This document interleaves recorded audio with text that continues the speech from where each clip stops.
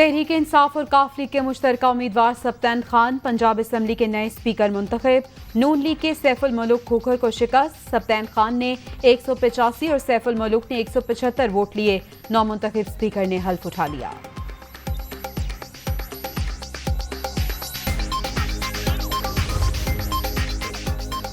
Speaker Punjab assembly کا انتخاب، voting کے دوران ایوان میں بدمزگی، بیلٹ پیپر پر نشانی کے لیے سیریز نمبر درج کرنے کا الزام، لیگی ارکان کی شدید نعرے بازی، پینل آف چیئر کا خاتون لیگی ایم پی اے رخسانہ کوکب پر 4 بیلٹ پیپرز پھاڑنے کا الزام۔